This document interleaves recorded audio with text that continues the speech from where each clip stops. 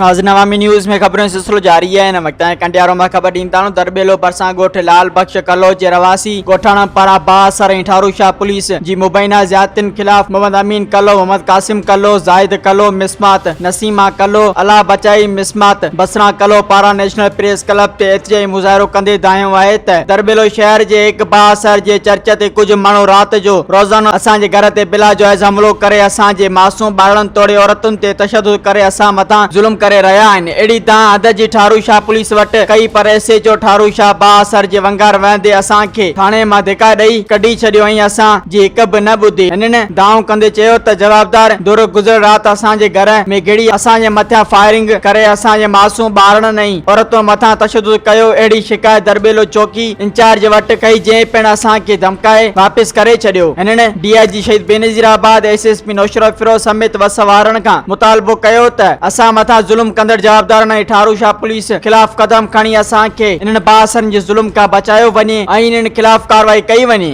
मजीद खबरों और तफसीलात के लिए विजिट करें हमारी वेबसाइट www.awamiNewsHD.com।